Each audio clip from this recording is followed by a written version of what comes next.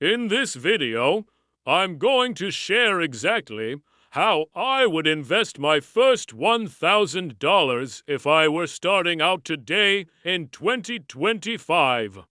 Because while investing is a great way to grow your wealth over time, it can be pretty overwhelming when you're just getting started. And that's why in this video we'll be covering the exact steps I would take so that you can follow along and see what it looks like. Now, for simplicity's sake, we're going to assume that you already have the $1,000 saved up and ready to go. So we're not gonna cover how to save money or where to get the $1,000 from. We're just gonna focus on where you should put that money once you have it. So let's begin with step no. 1, which is to decide how much risk you're comfortable taking. Because one of the most important decisions any investor has to make is deciding what their risk tolerance is. This refers to the amount of risk you're willing to take on with your investments. How much are you willing to lose without panicking and selling? After all, it's a fact that all investments carry some level of risk. Whether it's inflation risk, market risk, business risk, or something else entirely. The thing is, different investments carry different levels of risk. For example, a bond issued by the U.S. government is generally considered to be much safer than an individual stock in a small company. And as such, they typically offer lower potential returns. On the other hand, an investment in a cryptocurrency is considered to be much riskier than a bond issued by the U.S. government. So they typically offer higher potential returns. This means that the level of risk you're comfortable taking will play a huge role in determining where you should invest your money. If you're more risk-averse, then you might want to consider investing in a savings account or a certificate of deposit. These options are virtually risk-free. They're FDIC insured and guaranteed by the bank. So you know that you won't lose any money. But at the same time, you won't be able to earn very much either, because these accounts typically only pay between 3 to 6% interest per year. On the other hand, if you're more risk tolerant, then you might want to consider investing in stocks, ETFs, or mutual funds. These investments have the potential to generate much higher returns than cash, but also come with a greater risk of losing money. Now, before we move on, I want to emphasize that there is no right answer here. Everyone's risk tolerance is different, and what matters most is that you choose an investment strategy that aligns with your own personal comfort level. In fact, there's even a quiz you can take online to help determine your risk tolerance. I'll leave a link to this below if you'd like to check it out. But for the purpose of this example, let's say you decide that you're comfortable taking on a medium level of risk. In this case, I would suggest splitting your $1,000 into 2 equal portions. $500 to invest in a low-risk, low-return option, and another $500 to invest in a higher-risk, higher-return option. Now let's move on to step no. 2, which is to set your investment goals. What are you hoping to achieve with your investments? Are you saving up for retirement? Saving up for a down payment on a house, or simply looking to grow your wealth over time? The truth is that there are countless reasons to invest, and depending on your reason, you may need to take a slightly different approach. For example, if you're investing for retirement, then you have a much longer time horizon than someone who's saving up for a down payment on a house. This means that you can afford to take on more risk because you have more time to recover from any potential losses. Whereas someone saving up for a down payment on a house would need to be more conservative since they don't have time to recover from any potential losses. Another example is that if you're investing because you want to grow your wealth as quickly as possible, then you'll want to take on more risk. But if you're investing because you want to preserve your capital, then you'll want to be more conservative. Again, there's no right or wrong answer here. It all depends on your individual circumstances and goals. But in our example, let's say you're investing for retirement and you're comfortable taking on a medium level of risk. In this case, you could split your $1,000 into 3 equal portions, $333 each.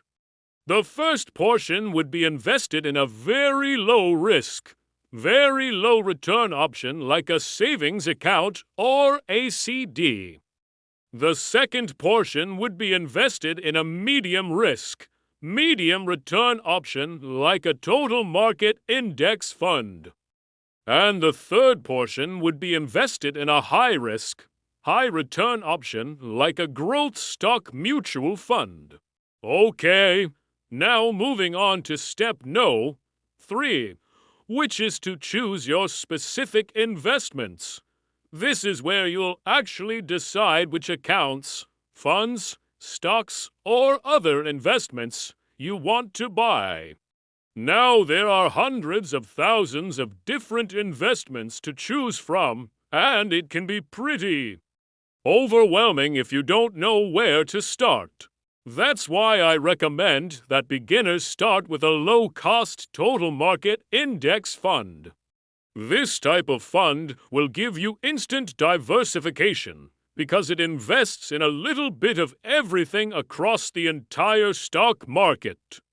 Additionally, because it's a low-cost index fund, fees will be kept low and you won't have to worry about making any active trades. All you have to do is buy and hold, and the fund manager will take care of the rest. If you want to keep things simple, this is probably the best investment strategy out there. Now there are many different index funds that track the total stock market. One popular option is the Vanguard Total Stock Market Index Fund, which has the ticker symbol VTSAX. Another option is the Fidelity Total Market Index Fund, which has the ticker symbol FSKAX. Both of these funds have a minimum investment requirement of $3,000 except for the Fidelity Fund, which has no minimum investment requirement. However, if you don't have $3,000 to invest, that's totally fine. You can still buy shares of a total market index fund through the stock market. A popular option is the Vanguard Total Stock Market Index Fund ETF, which has the ticker symbol VTI. This fund has a minimum investment requirement of just 1 share, which currently costs around $80 per share. All right, now that we've decided what we want to invest in, the next step is to open an account with a brokerage firm.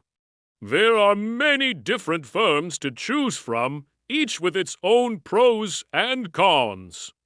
That's why I recommend doing some research and comparing rates before opening an account. One thing to look for is low fees.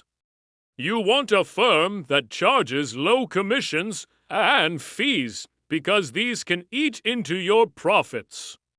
Another thing to look for is a user-friendly platform. You want a firm that offers a website and mobile app that are easy to navigate and use. For example, Vanguard and Charles Schwab are two popular options among investors. Vanguard is known for its low fees and wide selection of investments, while Charles Schwab is known for its user-friendly platform and educational resources.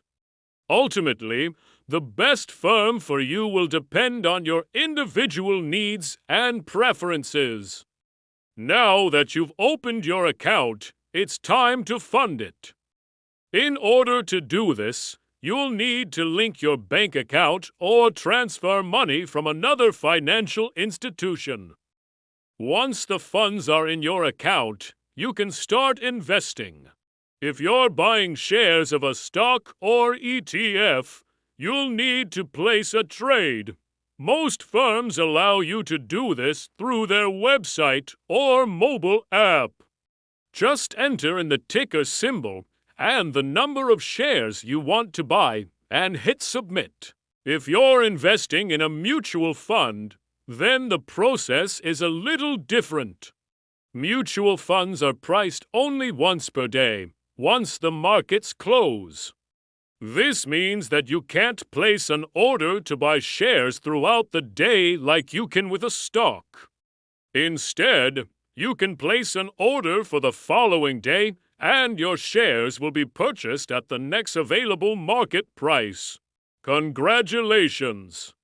Now you've successfully invested your first $1,000. Now it's just a matter of sitting back and letting your investments grow. Over time. Remember to stay disciplined and don't make any rash decisions. Investing is a long-term game, and the best thing you can do is to just stay the course. Also, if you found this video helpful, please don't forget to hit the like button and subscribe to the channel for more videos just like this one.